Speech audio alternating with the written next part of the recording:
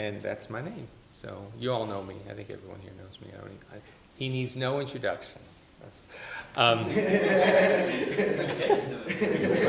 should have introduced you. Sorry. No, it's fine. I am the man that needs no introduction. Okay, so I'm going to be talking about what I think are common myths about morality. And I use the word myth in its colloquial meaning as a claim that isn't true. Okay? So I'm not talking about myths in the religious sense or anything like that. I'm talking about in its colloquial sense, a claim that isn't true. So that's what I mean. I just like this picture. Kind of represents morality. Okay, so I've identified 4 common myths about morality. And I want to say each of these things is not true. People believe it. A lot of people believe these things. Not everyone believes all of them, I think. But a lot of people believe a lot of them. Maybe you believe some of them, and I'm hoping to show you that none of them are true.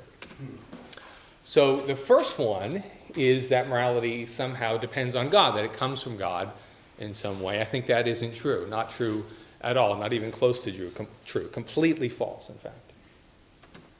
The next is that it's subjective, that somehow morality depends upon my own personal views, my desires, my goals, or whatever, my interests, my attitudes. I don't think that's true at all. Completely false. The next is that it's relative, that what's right or wrong for me somehow depends upon my situation, my status in life, maybe my culture or my society. Again, I think that's completely false. And the last one is that it doesn't fit in a material world. That somehow the scientific worldview that we think is the correct worldview, at least some of us do, eliminates morality. It doesn't have a place in that worldview. I think that's false as well. Okay. So before I go through the myths, I need to make a couple of comments that are not myths, just a few observations about morality which are going to be useful as I present the myths. So the first is that morality involves reasons. And it does so in 2 ways. The first is that if you think of a claim, you morally ought to do something. So phi there is it's a Greek letter, it's a variable. So you could replace it with any action whatsoever. You morally ought to give to the poor, or ought not. You morally ought not kill someone, right?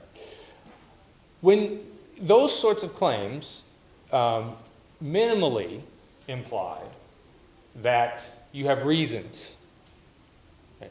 So if it's the case that you morally ought to give money to the poor, minimally that implies you have reasons to give money to the poor. There are other things involved in claiming that you morally ought to do something, but minimally it involves that you have reasons to do that. And then there's another sense as well. If we say that something is good, a situation in which the hungry are fed is a good situation, that minimally implies that you have reasons to pursue it. Again, minimally, there's more involved in saying something is good than that, but at a minimum, that's what you mean. Okay, the second point is that there are 2 kinds of moral value. One kind is called axiological value, and it's goodness and badness. This is the kind of moral value that can be possessed by objects, by states of affairs, by a person. And it's best to see these in contrast. The contrast class is deontic value, which is the value that actions have, rightness and wrongness. And I point this out only because we do appraise objects, we do appraise people, but we don't always use the same words. When we appraise actions, we don't say that it's a good action normally. We say it's right or that it's wrong. And when we appraise a person, we don't, at least morally, we don't normally say this is a wrong person. We say this is a bad person, right? Or we don't say this is a good person or a right person. We say it's a good person. We're talking morally, at least. So there are these 2 kinds of value, and that may be relevant in what I say in the future.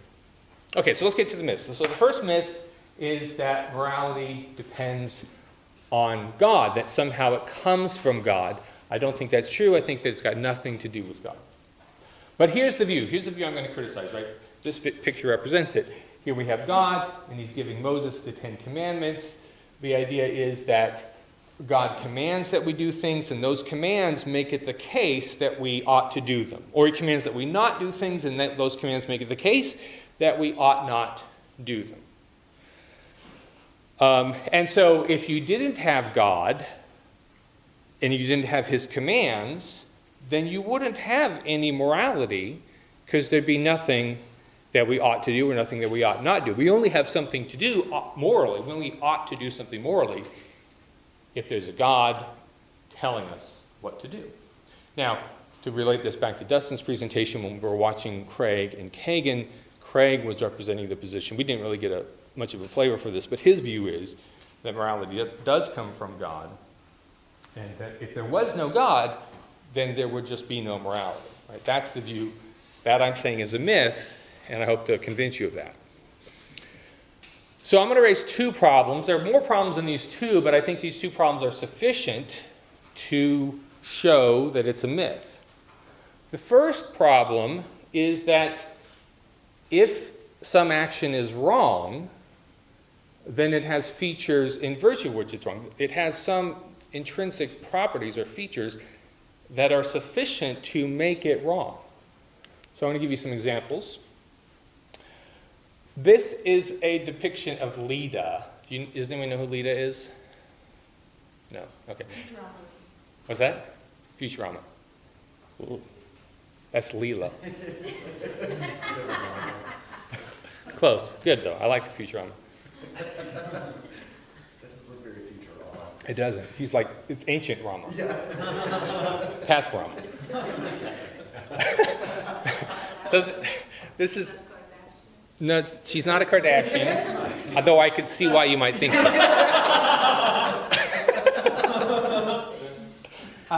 No, Leda is an ancient Greek mythical figure, myth in a different sense than I'm talking about. And the thing about Leda is that she was raped by Zeus. This is Zeus right here. Doesn't look like Zeus, but it is. Zeus can change his form, and Zeus became a swan so that he could ravish and rape Leda. All right. So I've raised this picture to talk about the very unfortunate and unpleasant phenomenon of rape. And I bring that up because it is something that most of us have a strong negative reaction to. We think rape is wrong, okay? I think it's wrong. But here's what I would want to say about that. Rape has features that make it wrong. So, for example, rape violates autonomy. That's part of the definition of rape. When someone is raped, their autonomy is violated because they haven't consented to the act. Right? But it does more than that. It causes severe short and long-term emotional pain and suffering. It causes severe short and long-term physical pain and suffering.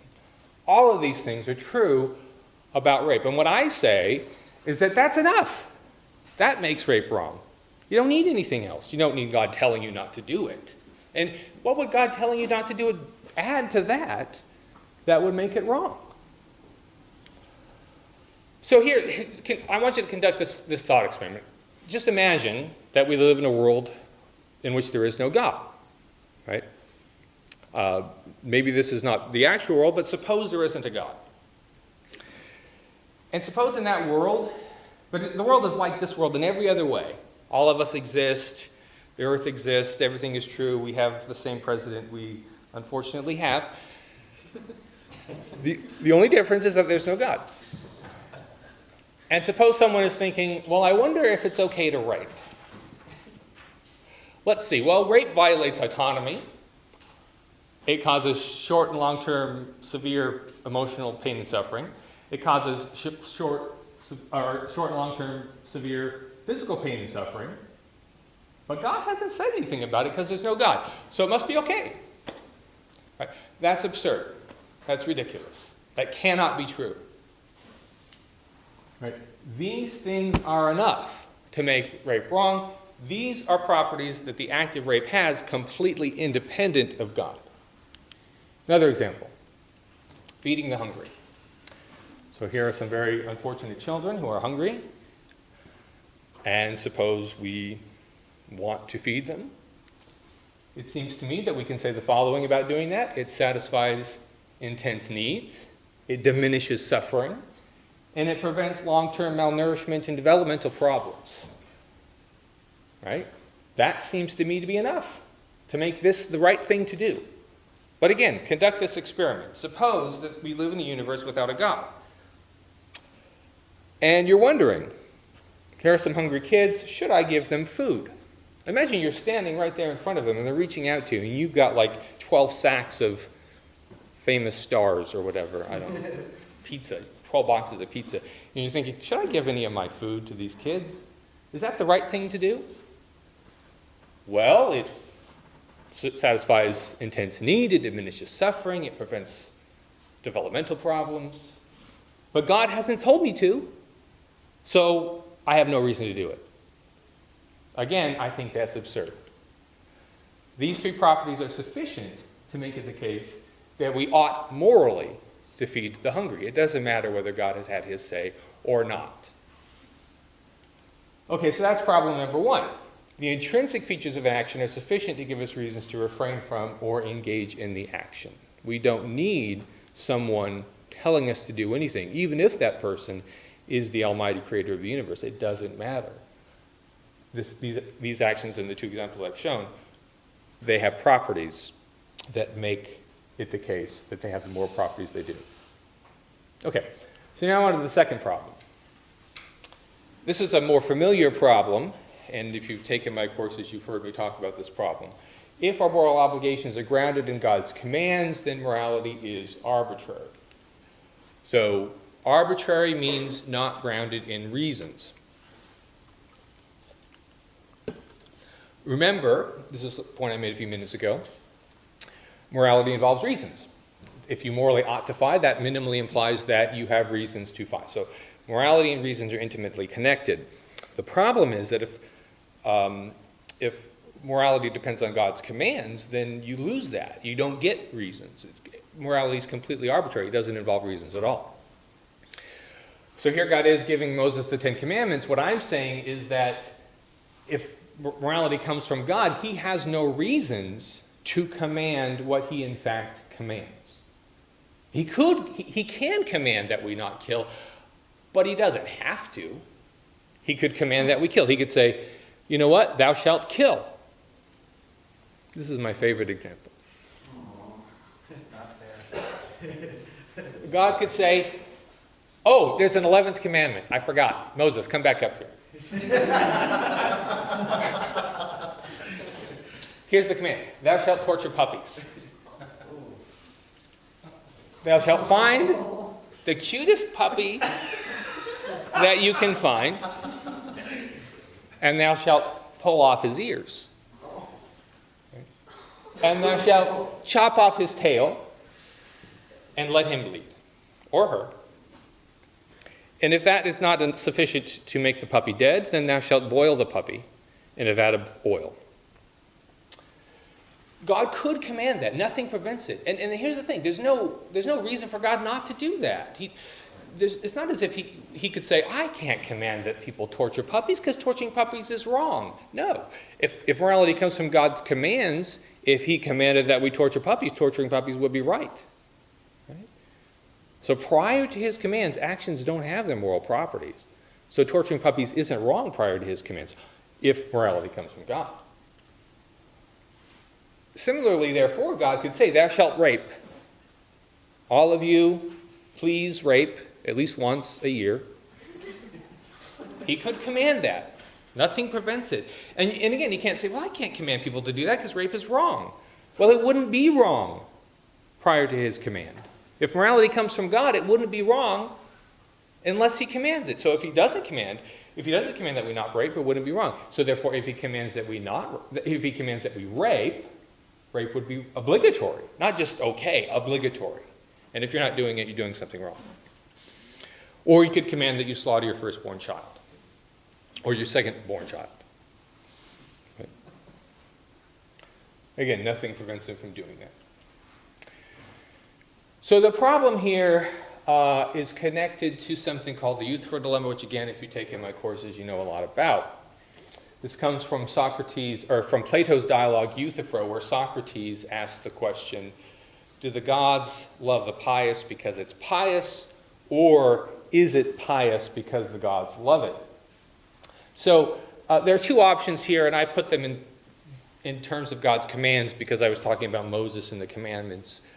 It doesn't matter whether we talk about love or commands. But here are the options that Socrates gives us. Either God commands that we not fie, not rape or not kill, because fying is wrong, or else fying is wrong because God commands that we not fie. And it's pretty clear that these are the only two possible options in response to Socrates' question.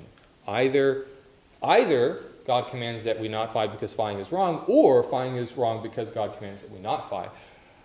Okay, so I'm going to look at these two options individually. Let's take the first one, God commands that we not fie because fying is wrong. If that's correct, then importantly, fie is wrong prior to God's commands.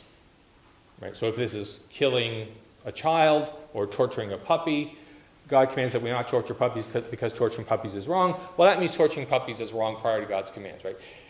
In other words, if his basis for telling us not to do it is that it's wrong, it's already wrong, regardless of whether he tells us not to do it. So that means that it would be wrong even if God never commanded that we not do it. Okay, let's take the other option. Fying is wrong because God commands that we not do it. Okay? On this view, morality would come from God. But the problem is that God has no reasons to command that we not fie. He can do it. He can command that we not torture puppies, but he doesn't have to. He can do something else. Indeed, he has no reasons to command anything whatsoever. So he just arbitrarily selects a group of actions to command and some other actions to command that we not do. But he didn't have to choose that. He could choose something else. And therefore, God's commands are completely arbitrary. There's no reason for them.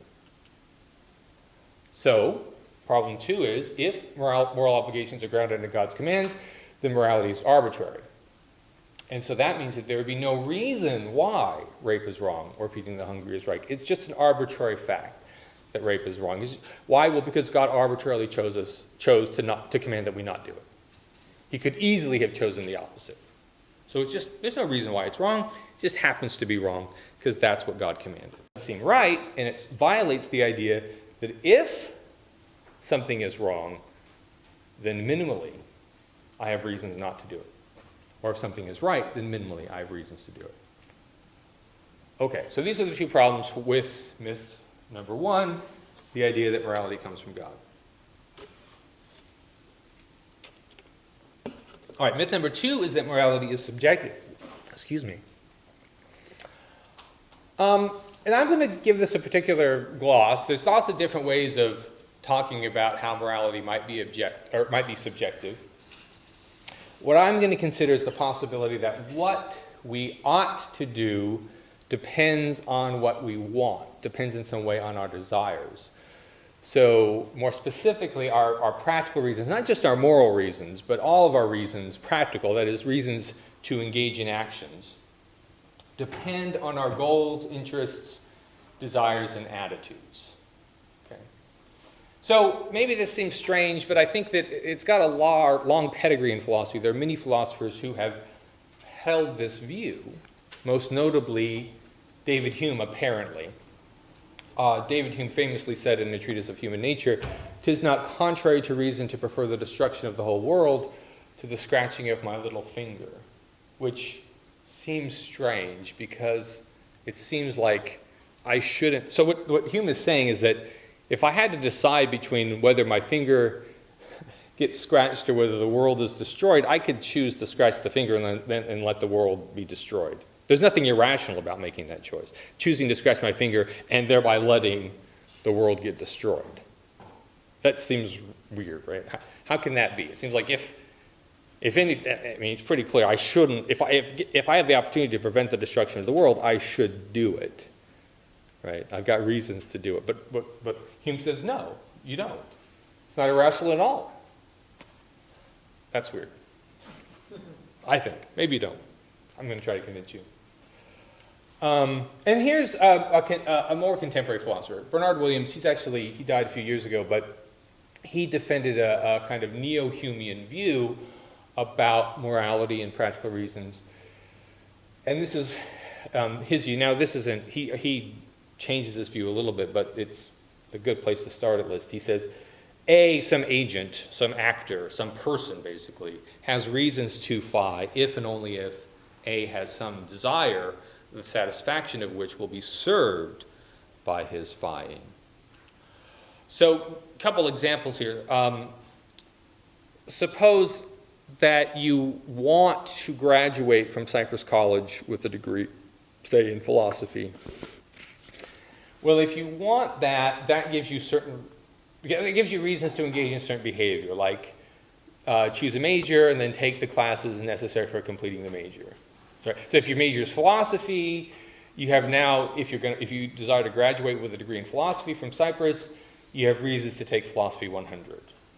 Right? That seems reasonable. And what Williams says is that you only have those reasons given that you have the desire, right? Given that you have the desire to graduate with a degree, that makes it the case that you have the reasons. And so if you don't have the desire, then you don't have the reasons. Another example, if you're taking Math 100, what's calculus? I don't know what number calculus is. We'll say it's 100. Fit with it. If you're taking math, then if you're taking calculus, then you ought to, and you want to pass, then you ought to study for the exam, right? But if you don't want to pass, then you don't have a reason to study for the exam. That seems to make sense. Here's another quote representing a similar view by J.L. Mackie, who's also roughly contemporary, late 20th century philosopher. He died in 1981, I think. But anyway, he says, if you want X, do Y, or you ought to do Y, will be a hypothetical imperative. Don't worry too much about what that means. If it is based on the supposed fact that Y is, in the circumstances, the only or the best available means to X, that is, on the causal relation between X and Y. The reason, this is the important part, the reason for doing Y lies in the causal connection with the desired end. X, the oughtness is contingent upon the desire, right? So in that last section there, he's articulating this view that your reason comes from your desire.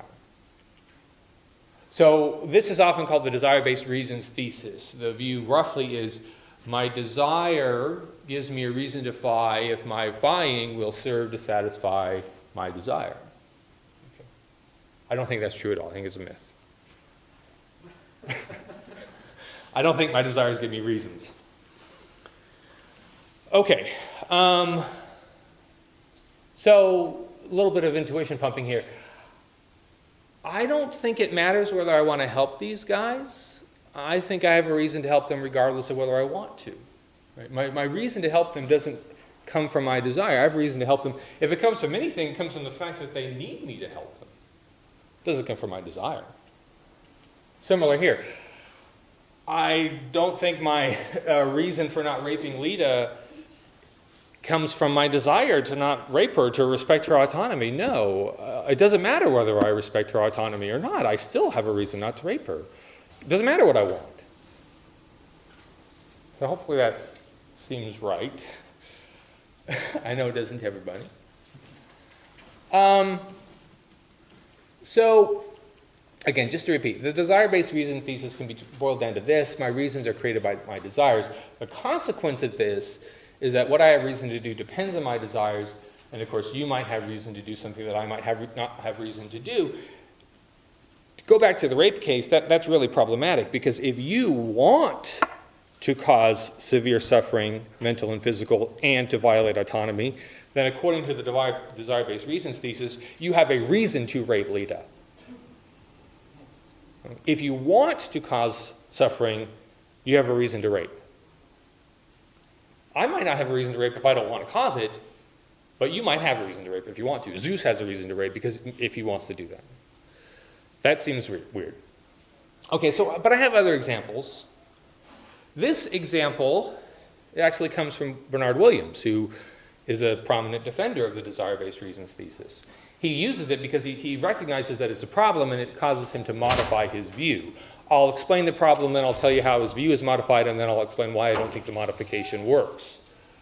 So here's the thing. Suppose you're a lover of gin, and you really feel like having a glass of gin, and you see a glass on your desk, and it's full of a liquid which you believe to be gin, but which is in fact gasoline. You want to drink it because you believe it's gin. The desire-based reason thesis would assert that you have a reason to drink it, right? Since you want to drink it, you have a reason to drink it. But clearly, you have a reason not to drink it. It's both false that you have a reason to drink it, and it's true that you have a reason not to drink it, right? Both those things are true. And so that's a problem for the desire-based reasons thesis. Now, Williams recognizes this, and he wants to say that you don't have a reason to drink this, what's in the glass, because obviously it's poison. If you drink it, you'll get sick. And so what he says, the way he modifies is that he says, well, a desire that is based upon a false belief will not create a reason. Right? And so in this case, since your desire to drink what's in the glass is based on the false belief that it's gin, that desire doesn't give you a reason. And that allows him to escape this problem, he thinks. But I don't think it works. And I don't think it works because there's no motivation for making for excluding desires that are based upon false beliefs. Why exclude them? Right? If desires are supposed to give us reasons, then why does it matter whether they're based on false beliefs or not? I don't understand why that would matter. He doesn't explain why. We would presumably, on the desire-based reason view, desires have the capacity to cause us to have reasons, to generate reasons. Well, why, if they're based upon false belief, would they lose that capacity? He doesn't answer that question, and without an answer, I don't see that the view is well motivated. I don't think that we should accept it. Okay, but I have other examples. Suppose you're walking across this beautiful bridge, and you come across someone who's clearly distraught. They're in emotional turmoil, and you come across them and they climb up onto the edge, and they're clearly thinking about jumping. And you say, hey, wait a minute, what's going on? And they tell you that they're very distressed, they're in despair, and they just want to end their lives. They've concluded that the most efficient way of doing so is to jump off this bridge. Clearly they're right, because the sharks will eat them.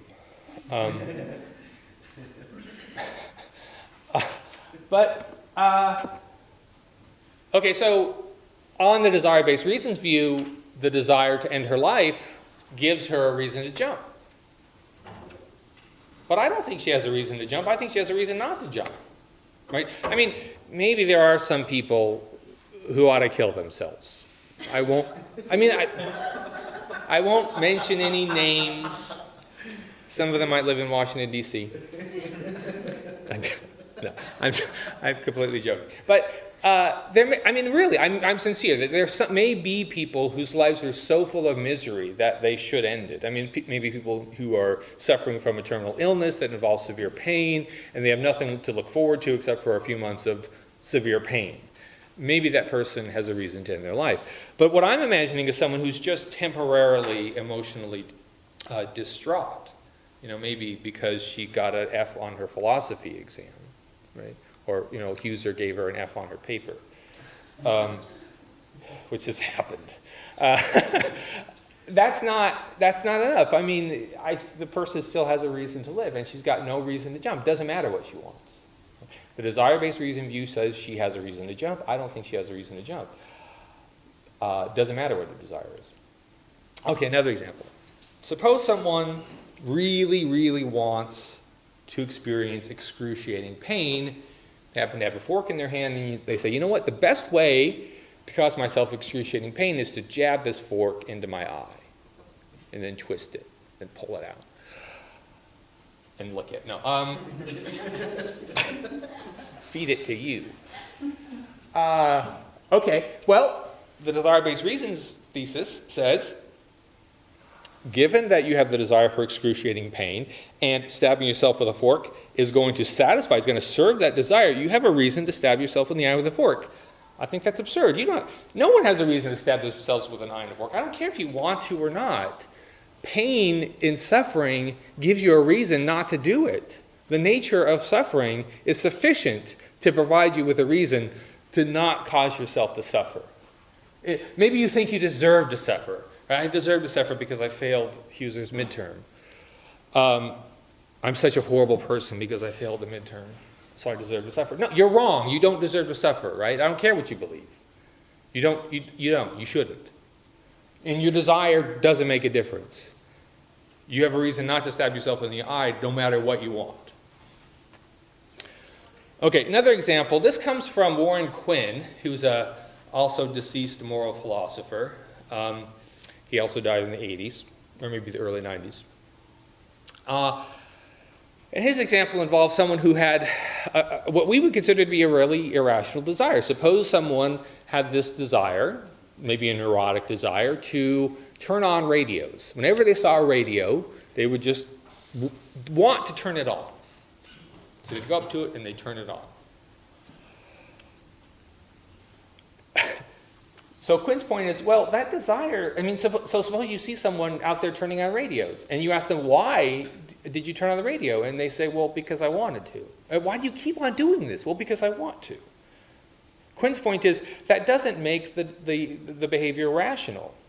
If anything, it kind of makes it more irrational, because you might have said, well, because it's too quiet in here or something, I don't know. Or you wanted to listen to music. But if you just say, well, I just wanted to turn it on, something's wrong with you, right? You got a neurotic desire.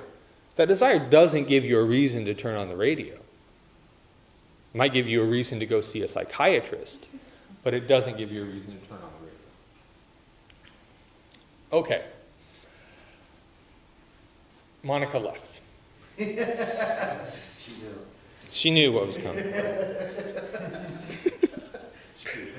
She couldn't take the heat. Fuck this shit.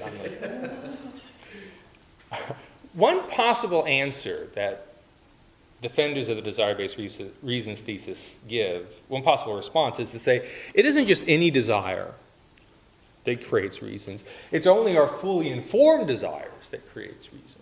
And that would help us overcome lots of things. Like the jumper from the bridge, temporarily she's distraught, she's in despair, but if she could sit back and rationally contemplate her future and what she has going for her and so forth, she would no longer want to die. Right? And maybe the person who's jabbing themselves with the fork might think the same thing. Maybe they temporarily think they deserve to suffer, but if they could really think about it clearly, they would realize they don't deserve to suffer, and so they no longer want to. So it's only our fully informed desires that create reasons, potentially. But there's a couple problems here. First, just suppose that when fully informed, I retain the desire to turn on radios or to end my life or experience severe pain. Right, a fully informed desire to experience pain no more gives me a reason to jab the fork in my eye than a completely uninformed desire to experience pain does. A fully informed desire to turn on a radio gives me no more reason to turn on that radio than a completely uninformed desire to turn on the radio does. So I don't think it helps. Because these desires, all those things I mentioned, all those four examples, you could have those desires even if you're fully informed. And then this is a return to the point I made earlier when I was talking about how Williams modified his view. Why think it's only such desires that generate reasons? Why wouldn't all desires create reasons? What's the justification for saying only fully informed desires do? Why not all desires? Okay, so that's myth number 2. We'll move on to myth number 3, and these last two I think will go more quickly. Morality is relative.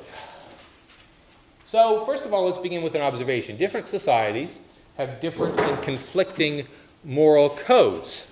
That seems right? What is morally forbidden in one society is morally permissible in another society. At least that's what people believe, right?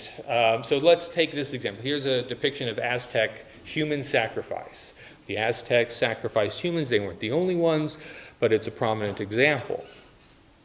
Not only did they not think that it was wrong for them to sacrifice humans, they thought it was required that they sacrifice humans. At least some humans. We think that's not right.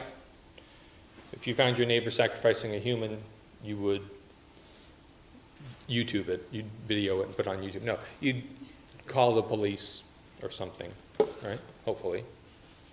I don't know. Maybe you'd join in, I don't know. So our culture disapproves of human sacrifice, the Aztec culture approved of it. So that's true. Moral relativism, though, is a different claim. It's not just the claim that societies differ in their beliefs about what's required or what's not required. Moral relativism is the claim that what is right or wrong for members of a society depend on the moral norms of that society. A moral norm is just a belief about what's required of us. So the claim is that what is required, actually morally required of us, depends on what our society thinks is required of us or what they believe is required of us. Here's the problem. The problem is that is not in general true. And because it's not in general true, it's not clear why it would be true in the case of morality. That is, the general claim that what is true for us depends upon the beliefs of our culture that's false, right? What is true for us does not depend on the beliefs of our culture. So there are different cultures that have different views about what shape the earth has. At least if we think historically, previous human cultures believed that the earth was flat, a flat disk. Currently we know that it is a sphere, spherical.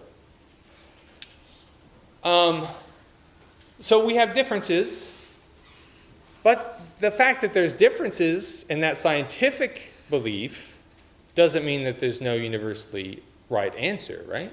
There's a universally right answer. It's a ball. It doesn't matter what people think. So here's the problem with the idea that morality is relative. Surely the fact that there are differences in scientific beliefs across cultures or between individuals does not show that there are no universally correct scientific answers. Right? And so, by the same token, the fact that there are differences in moral beliefs across cultures or between individuals does not show that there are no universally correct moral answers. Right? The point doesn't generalize. We don't say, well, what's true for us depends on our culture in general. No. People mainly make this point in connection to morality. But why would it just be true about morality? Right? It's not true about science, so there's no reason to think it's true about morality either. Okay, now on to the final myth. Morality does not fit into the scientific worldview. Okay, so one way of capturing this is to think about something that the ancient Roman philosopher Lucretius said. He said that all that exists is matter and the void. Right? Matter and empty space, that's all that exists. And you might think, well, if all that exists is matter and the void, then where does morality come from? And we actually kind of got a flavor of this in the clip that I alluded to earlier and that Dustin showed between Craig and Kagan.